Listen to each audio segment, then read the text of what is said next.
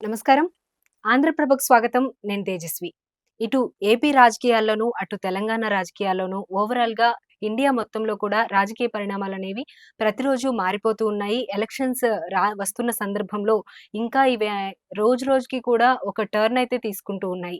వీటి గురించి మనతో మాట్లాడడం కోసం ఆంధ్రప్రభ ఎడిటర్ వైఎస్ఆర్ శర్మ సార్ ఉన్నారు. సార్ విశ్లేషణ ఏంటనేది తెలుసుకుందాము. నమస్కారం సార్. నమస్తే అండి. సార్, మనం ఏపీలో చూసుకుంటే కనుక ఇటు ఇప్పటికే ఆంధ్ర 2 రాష్ట్రాలుగా డివైడ్ అయిపోయి ఉమ్మడి ఆంధ్రప్రదేశ్ అయితే తెలంగాణ, ఆంధ్రప్రదేశ్‌గా డివైడ్ అయిన తర్వాత 10 ఇయర్స్ వరకు మనకి రాజధాని ఉమ్మడి రాజధానిగా హైదరాబాద్ ఉంటుందనుకున్నారు. అవును. కానీ ఇప్పుడు ఆ 10 ఇయర్స్ కంప్లీట్ అయిపోయింది. ఇంకో 10 ఇయర్స్ ఉండాలని చెప్పి వైవై సుబ్బారెడ్డి అయితే ప్రతిపాదించడం జరుగుతుంది. అది ఎటువైపు దారితీస్తుందంటారు? ఎటువంటి డెసిషన్ వస్తుందంటారు? ఇప్పుడు ఆంధ్రప్రదేశ్‌లో ఇప్పటిదాకా ఏంటంటే, మనం చూసింది క్యాండిడేట్స్ సెలక్షన్స్, హ్మ్. పొత్తులు ఇవి నడుస్తున్నాయి రోజు. అవును. కానీ వాళ్ళ ఉన్నట్టుండి ఏంటంటే, వైసీపీ ఒక కొత్త ఇష్యూని తెర మీదకి తెచ్చింది. హ్మ్. అది నిజంగా ఒక రకంగా సంచలనాత్మకమైనదే. అవును. ఎందుకంటే అది ఇటు ఏపీ, అటు తెలంగాణ రెండిటితో ముడిపడి ఉన్న ముడిపడున్న వ్యవహారం. విషయం. హ్మ్. ఇప్పుడు యాక్చువల్లీ ఈ రాష్ట్రం విడిపోయినప్పుడు 10 ఏళ్ల పాటు ఉమ్మడి రాజధానిగా హైదరాబాద్ ఉండాలని చట్టంలో ఉంది. హ్మ్. ఆ గడువు రేపు జూన్ 2తో ముగిసిపోతున్నది. హ్మ్. 10 ఏళ్ళు అయిపోతున్నది. సో, ఇక 10 ఏళ్ళు అయిపోయిన తర్వాత ఏమవుతుందంటే ఆటోమేటిక్‌గా ఏపీకి హైదరాబాద్‌తో సంబంధం ఉండదు. అవును. హైదరాబాద్ రెవెన్యూతో గానీ, హ్మ్. ఈ వీటితోనూ సంబంధాలుండవు. అంటే ఆ పేగుబంధం అనేది టోటల్‌గా తెగిపోతుంది. తెగిపోతుంది. సరే, ఏపీకి ఇప్పుడు రాజధాని ఉందా? లేదా? అనేది అది వాళ్ళ హెడేక్ తప్ప హ్మ్. తెలంగాణకి సంబంధం లేదు. హ్మ్. ఇప్పటి వరకు తెలంగాణ ఏంటంటే ఏం చేసినా సరే ఏపీతో ఏపీకి కూడా ఉమ్మడి రాజధాని కాబట్టి రాజధాని విషయంలో ఇద్దరు అనుసంధానమై నిర్ణయాలు తీసుకోవాల్సిన పరిస్థితి 10 ఏళ్ల నుంచి ఉన్నది. ఓకే. యాక్చువల్లీ మొదట్లో 5 ఏళ్ల పాటు అని అనుకుంటే దాని తర్వాత డిమాండ్‌లు రావటంతో చట్టంలోనే అప్పుడే హ్మ్. ఆహ్, విభజన చట్టం ఆమోదించేటప్పుడే 10 ఏళ్లని పెట్టారు. హ్మ్. అయితే ఇప్పుడు కొత్తగా ఇంకా విభజన చట్టంలో అంశాలేవి సాల్వ్ కాలేదు కాబట్టి 2 హ్మ్. రాష్ట్రాల మధ్య నీటి సమస్యల దగ్గర నుంచి, అట్లాగే ఆస్తుల పంపకాల దగ్గర నుంచి, విద్యుత్ బకాయిల దగ్గర నుంచి అన్నీ అట్లాగే పెండింగ్‌లో ఉన్నాయి కాబట్టి ఈ ఈ దీన్ని గనక ఇంతటితో కట్ చేసుకుంటే అది ఆంధ్రప్రదేశ్‌కి చాలా నష్టం ఇబ్బందికరం అన్నమాట. జరుగుతుంది. హ్మ్. ఎందుకంటే ఇక అడగటానికి దిక్కుండదు. హ్మ్. ఏమండి? అడిగినా చెప్పే నాథుడుండడు. హ్మ్. రేపు కేంద్ర ప్రభుత్వం రేపు 2024 ఎన్నికల్లో ఏ ప్రభుత్వం వస్తుందో తెలీదు. హ్మ్. సరే, ఒకవేళ మోడీ గారు చెప్తున్నట్టు వాళ్ళే వచ్చినప్పటికీ, ఈ 5 ఏళ్ళు, 10 ఏళ్ళు కూడా మోడీ గారే ఉన్నారు. హ్మ్. కానీ వాళ్ళ హయాంలోనే జరగలేదు. అవును. సరే, వీళ్ళు మాటి మాటికి ఎళ్లి వినతి పత్రాలు ఇవ్వటము, వాళ్ళు ఓకే, ఓకే అని చెప్పి తలూపి పంపించడం జరిగింది తప్ప, హ్మ్. మరి వచ్చే టర్మ్‌లో కూడా ఏం జరుగుతుంది? ఏమి ఇక ఇప్పుడంటే కనీసం హైదరాబాద్ బేస్‌లో ఉంది గాబట్టి, హ్మ్. హైదరాబాద్‌తో సంబంధం ఉంది గాబట్టి అధికారికంగా హ్మ్. వాళ్ళు ఏవైనా డిమాండ్ చేయటానికి వాళ్ళకి స్కోప్ ఉంది. హ్మ్. రేపటి నుంచి అది గూడా ఉండదు. ఇక వాళ్ళ తిప్పలు వాళ్ళు పడాల్సుంటుంది. ఇప్పుడు చీటికి మాటికి హైదరాబాద్ వచ్చి హైదరాబాద్ రాజధానిగా వాడుకోవటానికి కూడా అవకాశం ఉండదు. అంటే ఇక ఒక రకంగా తాడు బొంగరం లేని వ్యవహారంలాగా అయిపోతుంది ఆంధ్రప్రదేశ్ పరిస్థితి. అవును. సో, ఇప్పుడు దానికి తగ్గట్టు ఏంటంటే ఏపీలో దేశవ్యాప్తంగా లోక్‌సభ ఎలక్షన్‌లొస్తున్నాయి. హ్మ్. 2024 ఎలక్షన్స్ 2 నెలల్లో. ఆంధ్రప్రదేశ్‌లో అసెంబ్లీ ఎలక్షన్ కూడా వస్తున్నాయి. సో, వాళ్ళకి ఒక కొత్త ప్లాంక్, ఒక కొత్త ఎజెండా, ఒక బలమైన ఒక అంశం కావాల్సొస్తున్నది. హ్మ్. ఇప్పుడేంటంటే కొత్తగా షర్మిల గారు ఏపీలో ఎంటర్ అయిన తర్వాత ఏపీ పాలిటిక్స్‌లో హోదాని మళ్ళీ ఆవిడ తెరపైకి తీసుకొచ్చారు. తెరపైకి తీసుకొచ్చి దాన్ని రోజు రైజ్ చేస్తున్నారు. వైసీపీని గట్టిగా క్వెషన్ చేస్తున్నారు. హ్మ్. సో, హోదా వ్యవహారం అట్లా నడుస్తూ ఉండంగా దానికి కౌంటర్ అన్నట్లుగా దాన్ని కొంచెం ఇది చేయటం కోసం వైసీపీ వాళ్ళు ఇవాళ టీటీడీ మాజీ చైర్మన్ అండ్ వైసీపీలో చాలా కీలకమైన సీనియర్ నాయకుడు వైవి సుబ్బారెడ్డి గారు స్టేట్మెంట్ ఇచ్చారు. అదేంటంటే ఉమ్మడి రాజధానిని మరి కొంతకాలం పొడిగించాలి. పొడిగించాలి. ఇది చాలా పెద్ద ఇష్యూ. అవును. పెద్ద ఇష్యూ, సీరియస్ ఇష్యూ.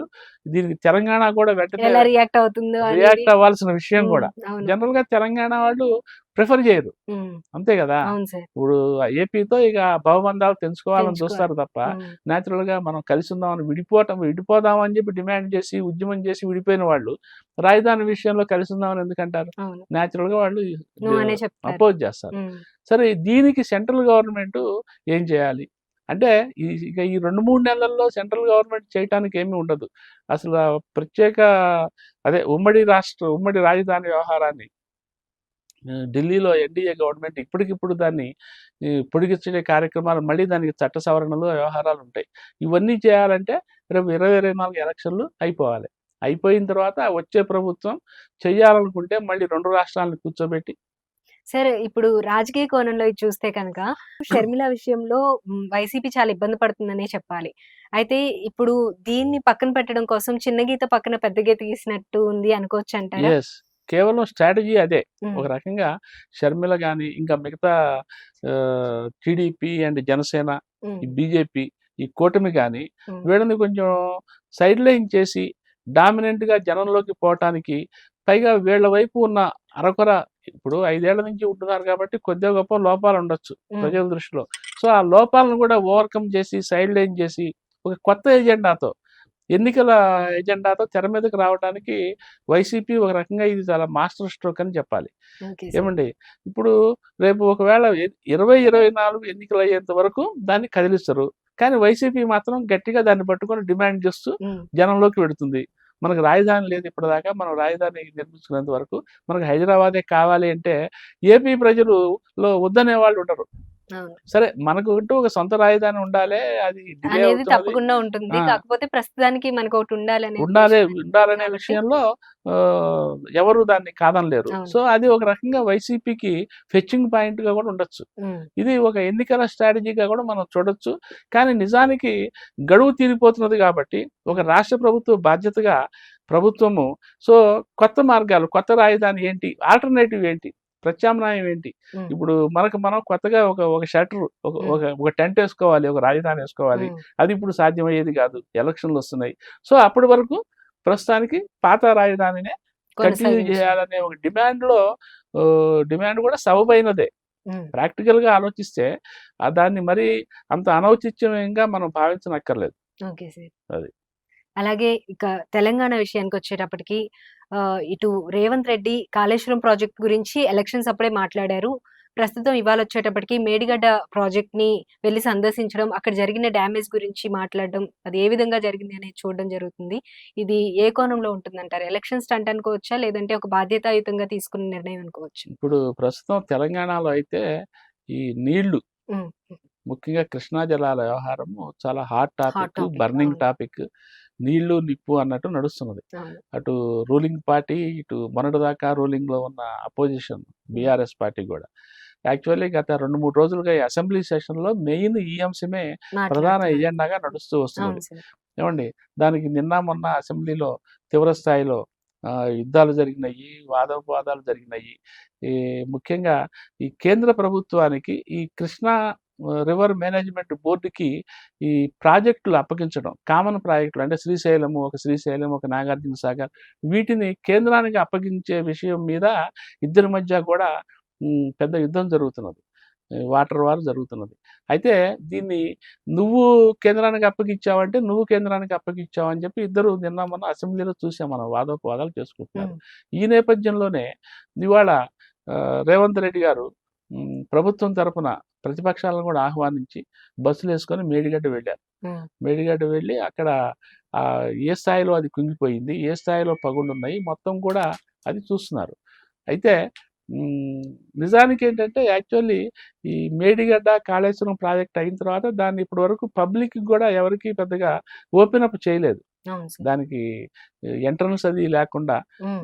అయితే దానికి అది పెద్ద ప్రాజెక్ట్, మెగా ప్రాజెక్ట్ కాబట్టి జనం దాన్ని చీటికి మాటికి వెళ్ళి అక్కడ చూడటము, మేనేజ్మెంట్‌కి డిస్టర్బెన్స్‌గా ఉంటుందనే ఉద్దేశ్యం బీఆర్ఎస్‌ది కావచ్చు. బీఆర్ఎస్ ప్రభుత్వం ఎవరిని అలౌ చేయలేదు. Okay sir. సో, ఇక ఎన్నికలు మొన్న డిసెంబర్‌లో ఎన్నికలు జరుగుతున్న నేపథ్యంలో పగుళ్ళు రావటం అనేది బయటపడింది. ఇక అప్పటి హ్మ్. నుంచి అది పెద్ద వివాదాస్పదంగా మారిన సంగతి మనకు తెలుసు. హ్మ్. అయినా తర్వాత కూడా దానికి పూర్తి డీటెయిల్స్ ఏమీ రాలేదు. పూర్తి డీటెయిల్స్ జనానికి తెలియలా. అవును సో, సార్. దీన్ని దృష్టిలో పెట్టుకొని రేవంత్ రెడ్డి గారు ఏం చేశారంటే, తెలంగాణ లక్షల కోట్ల ప్రాజెక్టు తెలంగాణ ప్రజలకు ఇందులో ఉన్న లోపాలేంటి, లొసుగులేంటి, నిర్మాణంలో ఎందుకు జరిగింది, ఏం జరిగింది, అవకతవకలేంటి అనేది చెప్పాలనే ఉద్దేశంతో ఆయన నిన్ననే అసెంబ్లీలో అనౌన్స్ చేశారు. ఈవెన్ బీఆర్ఎస్ వాళ్ళని కూడా ఇన్వైట్ చేశారు. అందరికి ఇండివిడ్యువల్‌గా లేఖలు రాశారు. కేసీఆర్ గారిని కూడా రమ్మన్నారు. గవర్నమెంట్ హెలికాప్టర్ ఉంది. మీరు హెలికాప్టర్‌లో రావచ్చు. మేము బస్సులో వస్తామని కూడా ఆయన ఇన్వైట్ రెస్పెక్ట్‌ఫుల్‌గానే చేశారు. ఆయన హ్మ్. ఇన్వైట్ చేశారు. అయితే బీఆర్ఎస్ వాళ్ళు దానికి వెళ్ళలేదు. వాళ్ళు ఇవాళ ఆహ్, వేరే ఇంకో ప్రోగ్రామ్ పెట్టుకున్నారు. నల్గొండ జిల్లాలో బహిరంగ సభ బహిరంగ సభ. పెట్టుకున్నారు. హ్మ్. కేవలం దీని మీదనే. ఓకే అంటే సార్. ఈ కృష్ణా జలాలకు సంబంధించి వాళ్ళు ఏం చేశారు, వాళ్ళు కేంద్రానికి దాసోహం అనకుండా వాళ్ళు తీసుకున్న చర్యలు ఏమిటి, కాంగ్రెస్ ప్రభుత్వం వచ్చిన 2 నెలల్లోనే కేంద్రానికి కృష్ణా బోర్డుకి ఎట్లా దాసోహం అనేది నిరూపించడం కోసం ఇవాళ కేసీఆర్ గారు నల్గొండ సభను చాకౌట్ చేశారు. అందులో ఆయన నేరుగా వెడుతున్నారు. ఈ 2-3 రోజుల నుంచి అసెంబ్లీకి రాలేదు కానీ కేసీఆర్ గారు ఇవాళ అసెంబ్లీ మన నల్గొండ బహిరంగ సభకు వెడుతున్నారు. బహిరంగ సభలో ఆయనే main speaker also. So Revanth Reddy గారు ఇటు మేడిగడ్డ ప్రయాణం, అటు నల్గొండలో కేసీఆర్ గారి బహిరంగ సభ, 2 నిజానికి చూడటానికి ఎట్లా ఉంటున్నాయంటే పోటాపోటీ వ్యూహాత్మకమైన సంఘటనలాగా మనకు కనిపిస్తున్నాయి. అల్టిమేట్గా ఏంటంటే ఈ 2 రాష్ట్ర ప్రభుత్వాలు కూడా గత 10 ఏళ్ల నుంచి ముఖ్యంగా 5 ఏళ్ల నుంచి, ముఖ్యంగా జగన్ గారి ప్రభుత్వం వచ్చిన తర్వాత కూడా వీళ్ళిద్దరి మధ్య ఏకాభిప్రాయంతో దీని ఏదో సార్ట్అవుట్ చేసుకుందామని ఆలోచన రాలేకపోయింది. దాంతో ఏంటంటే కేంద్రము, కృష్ణా బోర్డు, గోదావరి బోర్డు, అట్లాగే సెంట్రల్ వాటర్ కమిషన్, సిడబ్ల్యూసి మీటింగుల మీద మీటింగులు పెట్టినా సరే వీళ్ళ మధ్య ఏకాభిప్రాయాన్ని సాధించలేకపోయినారు. అల్టిమేట్గా వాళ్ళు ఏం చేశారంటే సరే ఆ ప్రాజెక్టులను వాళ్ళే టేక్ ఓవర్ చేసి సిఆర్పిఎఫ్ దళాలను పెట్టేసి దానికి సెక్యూరిటీ పెట్టేసి నీళ్లు ఎప్పుడెప్పుడు ఎంతెంత వదలాలి అంతా ఇక మానిటరింగ్ వాళ్ళే చేస్తారు. నీటి నిర్వహణ, వాటర్ మేనేజ్మెంట్ మొత్తం వాళ్ళ చేతుల్లో అప్పగించాలనేది జరిగింది. సో అసలు పరిస్థితి ఇంత దాకా రాకుండా 2 రాష్ట్రాలు కూర్చొని ఏకాభిప్రాయంతో వీళ్ళకెందుకు టీఎంసీకి రావాలి, మనకెందుకు టీఎంసీకి రావాలి, ఆ నిష్పత్తిని, ఆ రేషియోని కొంచెం అటు ఇటుగా 2 రాష్ట్రాలు మ్యూచువల్గా అడ్జస్ట్ అయితే పెద్ద ఇబ్బంది ఉండేది కాదు. అయితే ఇందులో కూడా మళ్ళీ ఏదైనా ఇచ్చిపుచ్చుకునే ధోరణి కనుక ప్రదర్శిస్తే అది రాజకీయంగా మళ్ళీ అది కూడా పెద్ద రగడవుతుంది. ఎందుకు తెలంగాణ ప్రత్యర్థి పార్టీల వాళ్ళేమో తెలంగాణ రూలింగ్ పార్టీ మీద నువ్వు తెలంగాణ ప్రయోజనాలని పణంగా పెట్టామంటారు. అది సేమ్ ఏపీలో వైస్ వర్సా నడుస్తుంది. అందుకని ప్రభుత్వాలు ఏం చేస్తాయంటే ఇచ్చిపుచ్చుకునే ధోరణి కాకుండా స్ట్రిక్ట్ గా వాళ్ళ డిమాండ్ కి కట్టుబడి వ్యవహరించాలని చూస్తారు. అక్కడ వస్తున్నది ప్రాబ్లం. సో అసలు ప్రాబ్లం అదైతే ఇప్పుడు వీళ్ళు మేడిగడ్డ వెళ్ళి చూస్తారు. మేడిగడ్డ వెళ్ళి చూసిన తర్వాత ఏమవుతుంది, ఆ విజిలెన్స్ రిపోర్టు ఆల్రెడీ వచ్చింది. ఆ విజిలెన్స్ రిపోర్ట్లో ఉన్నది అక్కడ కనిపిస్తున్నది. దానికి బాధ్యులు ఎవరు అంటే బీఆర్ఎస్ ప్రభుత్వంలో ఇంజనీర్స్, టెక్నికల్ స్టాఫ్ వీళ్ళు బాధ్యులు. మరి ఎవరి మీద చర్య తీసుకుంటారు ఏంటి అనేది ముందు మనం చూడాల్సిన వ్యవహారం. అట్లాగే వాడు నల్గొండలో బహిరంగ సభ పెట్టి కాంగ్రెస్ వాళ్ళు కేంద్రానికి దాసోహం అన్నారు. వాడు చెప్పేది ఇదే. వాళ్ళేమో మీరు కేంద్రానికి ముందు మీరు రాసిచ్చారు. ఇది 2015 నుంచి నడుస్తున్నది. 2015 నుంచి 2020లో మళ్ళీ ఈ లేఖల కరెస్పాండెన్స్ నడుస్తూనే ఉంది. అయితే అల్టిమేట్ గా ఎవరు ముందు దాసోహం అన్నారనే దాని మీద నువ్వు ముందంటే నువ్వు ముందని వీళ్ళు కొట్లాడుకుంటున్నారు. సో అల్టిమేట్ గా సరే అదంతా అయిపోయిన వ్యవహారం అయితే ఇక 2 పక్షాలు ఇప్పుడైనా కలిసి ఏమండి అదేదో అంటాం కదా పిల్లిపోరు పెట్టదీర్చిందని, అట్లా కాకుండా చివరికి కేంద్రం చేతిలోకి పోయి చివరికి కేంద్రాన్ని సీజన్ వచ్చినప్పుడల్లా మాకిది నీళ్ళు 2 రాష్ట్రాలు అడుక్కునే పరిస్థితి లేకుండా ఏమండి వీళ్ళే ఒక ఏకాభిప్రాయంతో కనుక కేంద్రం దగ్గర ఒక కొత్త ప్రపోజల్ పెట్టి ఈ సమస్యని సానుకూలంగా పరిష్కరించుకుంటే, ఎందుకంటే నాగార్జున సాగర్ అండ్ ఈ శ్రీశైలం 2 రాష్ట్రాలు భాగస్వామ్యంతో వ్యవహారం చేసుకోవాల్సిన నదీ వనరులు అవి ఏమండి. సో వాటి విషయంలో ఈ ఒక్కసారికి కాదు, అది ఎవ్రీ సీజన్ ఎవ్రీ ఇయర్ నడుస్తూ ఉండే వ్యవహారం. దీన్ని గనక 2 పక్షాలు ఏకాభిప్రాయంతో సానుకూలంగా చర్చించుకొని కేంద్రం వద్దకు వెళ్ళి ఒక న్యూట్రల్ పొజిషన్లో వాళ్ళకి ప్రపోజల్ పెట్టి అక్కడ మమ అనిపించుకొని వ్యవహారం చేస్తే అదే తప్ప దీనికి అంతిమ పరిష్కారం ఇక ఈ బహిరంగ సభలు వీటి వల్ల అయ్యేది కాదు. కాకపోతే ఏంటంటే ఈ సభలతో మీరు ప్రజల్ని కొంతవరకు ఏమన్నా మౌల్డ్ చేయగలుగుతారు. కానీ జనం ఇప్పటికే మన అసెంబ్లీలో చర్చలు చూసిన తర్వాత గవర్నమెంట్ ఏమో పవర్ పాయింట్ ప్రజెంటేషన్లు ఇచ్చింది. అవతల ప్రతిపక్షం తరఫున హరీష్ రావు గారు మాట్లాడారు. సో ఆయన వాదనలు వినిపించారు, వీళ్ళ ఆరోపణలు వినిపించారు. జనానికి ఇప్పటికే ఎక్కడ అసలు లోపం జరిగి ఉంటుంది, ఆ లోపం కూడా ఎక్కడ స్టార్ట్ అయింది, ఎక్కడ ఎండ్ అయింది, ఎవరు ముందు రాజ్యం పోశారు, ఎవరు స్టార్ట్ చేశారు, ఇవన్నీ జనానికి ఇప్పటికే ఒక రకమైన అవగాహన వచ్చేసింది, ఒక క్లారిటీ వచ్చింది. ఇక అల్టిమేట్ గా ఏంటంటే దీనికి పరిష్కారం ఏంటి, ఇదే అసెంబ్లీలో మాట్లాడుకొని ఓకే మనం ఏం చేద్దాం అనేది కనుక వాళ్ళు చర్చించుకుంటే తెలంగాణ ప్రజలకి ఈ నీటి వనరుల విషయంలో ఇప్పటికైనా వాళ్ళకి జరగాల్సిన న్యాయం జరుగుతుంది.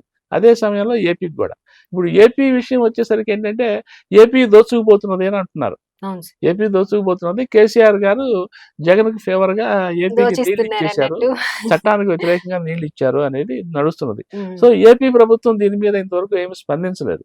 అవును సార్. స్పందించకుండా దాన్ని అయితే ఏపీ ప్రభుత్వం కొంత బెనిఫిషియరీ యాంగిల్‌లోనే పొజిషన్‌లోనే ఉంది కాబట్టి అది పెద్దగా స్పందించటల్లా. ఎటొచ్చి ఏంటంటే కార్నర్ అవుతున్నది తెలంగాణలో ప్రతిపక్షం. ప్రతిపక్షం అంటే బీఆర్ఎస్ పార్టీ. బీఆర్ఎస్. అది ఇప్పుడు జనాన్ని ఎట్లా కన్విన్స్ చేయాలా అనే దానిలోనే అది వాళ్ళ నల్గొండ బహిరంగ సభ ప్రధాన ఉద్దేశం కూడా అదే. Okay sir. అది. అయితే ఇక ఇటు ఏపీ పరిస్థితిలా, దీని తెలంగాణ పరిస్థితి ఇలా ఉంది సార్. ఇక కేంద్రంలో వచ్చేటప్పటికి నార్త్ ఇండియాలో ఉన్న పలు రాష్ట్రాల ఆహ్, రైతులు ఎవరైతే ఉన్నారో వాళ్ళంతా కలిసి ఇప్పుడు ఢిల్లీ బోర్డర్‌లో అయితే నిరసన కార్యక్రమం అనేది తెలియజేయడం జరుగుతుంది. దీనికి సంబంధించి కేంద్ర ప్రభుత్వం చర్చలు జరుపుతామని కూడా చెప్పింది. ఇది ఏ విధంగా వెళ్తుందంటారు? యాక్చువల్లీ ఇవాళ రైతులు ఢిల్లీ, పంజాబ్, హర్యానా బోర్డర్స్ నుంచి హ్మ్. ఢిల్లీ సరిహద్దుల్లోకి వచ్చారు. దాదాపు వేలాది మంది రైతులు వచ్చారు. అయితే దీనికి ఈరోజు నిరసన కార్యక్రమానికి ఆద్యం ఏంటంటే 2021 సంవత్సరాల్లో ఒక ఏడాది పాటు అప్పుడు అవును. ఢిల్లీలోనే తీవ్ర స్థాయిలో ఒక నిరసనలు జరిగాయి. దీర్ఘకాలికమైన నిరసన, ధర్నాలు, ప్రొటెస్టులు జరిగినాయి. అవును. అది. అప్పుడు ఆ సందర్భంలో వాళ్ళు చేసిన డిమాండ్లు, కేంద్ర ప్రభుత్వం ఇచ్చిన హామీలు అవి ఇంతవరకు అమలు కాలేదు. సంవత్సరాలు గడిచిపోతున్నాయి గానీ అమలు కాలేదు అని అక్కడ రైతుల్లో తీవ్రమైన అసంతృప్తి. సార్ అప్పుడు అసల అంత తీవ్రంగా నిరసన కార్యక్రమం అనేది జరిగింది. అది దేశం మొత్తం కూడా చాలా పెద్ద హాట్ టాపిక్ అయిపోయింది. కానీ ఇప్పటి వరకు కూడా ఏమాత్రం కూడా అవి అమలు చేయకపోవడానికి ఏ విధంగా చూడొచ్చంటారు అంటే కేంద్ర ప్రభుత్వాన్ని? అప్పుడు మోడీ గారు ఒక బహిరంగంగా ఒక స్టేట్మెంట్ ఇస్తూ వ్యవసాయ చట్టాలు, ఆ 2 హ్మ్. చట్టాలని మేము విత్‌డ్రా చేసుకుంటున్నాము. లేతే సవరించటము, మొత్తం మీద క్షమాపణ చెప్పారు. హ్మ్. సో, వాటిని అప్పటికి తాత్కాలికంగా విత్‌డ్రా ఆపేశారు. హ్మ్. అంతటితో వాళ్ళు దశల వారీగా మెల్లిమెల్లిగా మళ్ళీ వెనక్కి వెళ్ళిపోయినారు. హ్మ్. సో, తర్వాత వాళ్ళు ప్రధానంగా అడుగుతున్నది ఏంటంటే మద్దతు ధర. మద్దతు ధరకి చట్టపరమైన రక్షణ కావాలని అడుగుతున్నారు. Okay sir. మద్దతు ధర ప్రతి సంవత్సరము కేంద్రం అనౌన్స్ చేస్తుంటుంది. హ్మ్. ఏవండీ మద్దతు ధర అనౌన్స్ చేస్తుంది గానీ ప్రాక్టికల్‌గా ఆ ధర వర్కౌట్ నడవట్ల. అవ్వట్లేదు. హ్మ్. ఇప్పుడు నిన్న మొన్న కూడా మనం తెలంగాణలో వేరుశెనగ వ్యవహారం చూస్తున్నాం. హ్మ్. పెద్ద గొడవలు అవుతున్నాయి. అవును. సో, మద్దతు ధర అనేది అదొక బ్రహ్మ పదార్థంలాగా అయిపోయి హ్మ్. కేంద్రం యాంత్రికంగా ఎవ్రీ ఇయర్ ప్రకటించడము, అవేమో క్షేత్రస్థాయిలో అమలు కాని అమలు పరిస్థితి. కాకపోవడం. హ్మ్. అక్కడ దళారులు ఉంటారు. వాళ్ళు అక్కడ వస్తువులు వరి ఉందనుకోండి, ధాన్యం చూడటము, లేకపోతే ఇతర పంటను చూసి దాని క్వాలిటీని రకరకాల వంకలు పెట్టి దాని క్వాలిటీని దిగజార్చి వాళ్ళు ఒక రేటు ఫిక్స్ చేసి ఏదో పాపం రైతులు పాపం ఇక అవసరానికి అక్కడ తప్పదు కాబట్టి కుప్పలు అట్లా కుప్పలు స్టోర్ పోసుకొని చేసుకోలేరు కాబట్టి. ఏం చేస్తారు అమ్మేసి ఆయన కాడికి తెగనమ్మేసి వెళ్ళిపోతుంటారు. హ్మ్. సో, ఇది అసలు కేంద్రం దీనికి మద్దతు ధర అనే దానికి ఒక రక్షణ, హ్మ్. చట్టపరమైన రక్షణ కావాలి అనేది వాళ్ళ ప్రధానమైన డిమాండ్. దాని మీద నిన్న కూడా రాత్రి దాదాపు 12, 1 గంట దాకా చర్చలు జరిగినాయి. హ్మ్. కేంద్ర వ్యవసాయ మంత్రి Arjun Munda and food minister Piyush Goyal వీళ్ళందరూ పెద్ద టీమ్‌తో రైతు ప్రతినిధులు చర్చించారు గానీ, వాళ్ళు నోటి మాటగా భరోసా ఇస్తున్నారు గానీ, రైతులు కన్విన్స్ కాలా. అందుకని వాళ్ళ యథాప్రకారం వాళ్ళ కార్యక్రమాన్ని ఇవాళ ట్రాక్టర్లు వందలాది, వేలాది ట్రాక్టర్లొచ్చినాయి. హ్మ్. దాదాపు 10,000 ట్రాక్టర్లు, 12,000 ట్రాక్టర్లొచ్చినాయి. దాదాపు 200 యూనియన్లు, రైతు కార్మిక యూనియన్‌లు. సంఘాలు, హ్మ్. 200 కార్మిక సంఘాలు కలిసి పోలోమంటూ ట్రాక్టర్‌లేసుకొనొచ్చారు. రావటం కూడా చెప్తున్నారు వాళ్ళే. 6 నెలలకు సరిపడా ఫుడ్ సామగ్రి అంతా అంటే ట్రాక్టర్‌లో కంప్లీట్ ప్రిపేర్డ్‌గా అప్పుడు యెస్. ఎలా అయితే వచ్చారో ఇప్పుడు కూడా 6 నెలలకు సరిపడా ఆహారంతో సామగ్రి, వంట సామగ్రి వ్యవహారం. అట్లాగే వీళ్ళు బ్యారికేడ్లు పెడితే కిందటిసారి ఆ సిమెంట్ దిమ్మెలు పెట్టేశారు భారీ హ్మ్. ఎత్తున. హ్మ్. ఆ సిమెంట్ దిమ్మెలు పగలగొట్టడానికి అవసరమయ్యే సుత్తి, సరంజామా అంతా కూడా ఆ! తెచ్చుకున్నారు. పలుగు, పారలు కూడా తెచ్చుకున్నారట వాళ్ళు. ఓకే. సో, మొత్తం మీద ఏదైనా సరే ఈసారి అమీతుమీ తేల్చుకోవాలి. ఎందుకంటే ఇదే వాళ్ళకి సరైన అదను. ఇప్పుడు రేపు అవును. ఎలక్షన్‌లొస్తున్నాయి. Elections time. 2 నెలల్లో.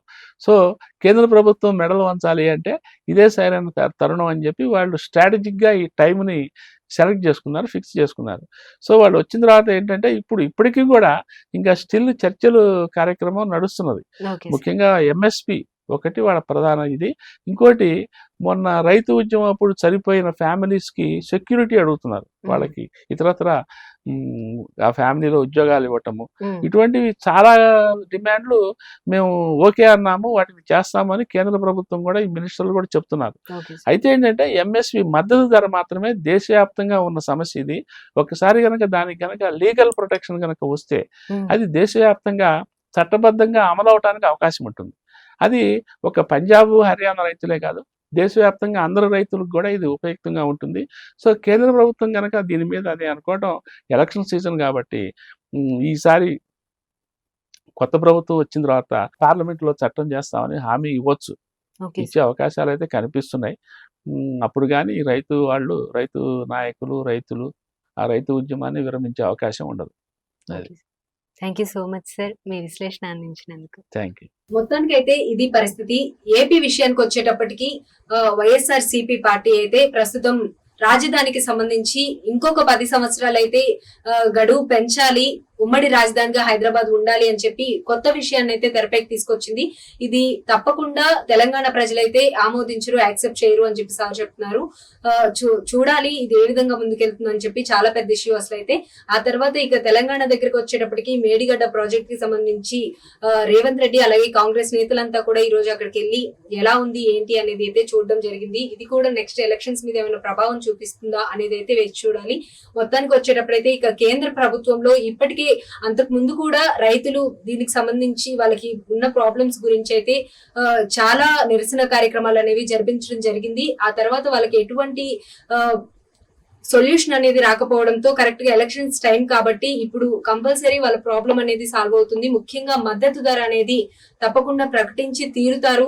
దాని గురించి వాళ్ళు ఎలాగైనా సరే ఈసారి సాధించి తీరాలి అని చెప్పి అయితే చాలా గట్టి పట్టుదలతో అయితే ప్రయత్నిస్తున్నారు. సో చూద్దాము ఏం జరగబోతుందని. పాజిటివ్ రియాక్షన్ అయితే మాక్సిమం వచ్చే అవకాశం ఉందని చెప్పి శర్మ సార్ చెప్తున్నారు. ఇది ఇవాళ విశ్లేషణ. చూస్తూనే ఉండండి ఆంధ్రప్రభ.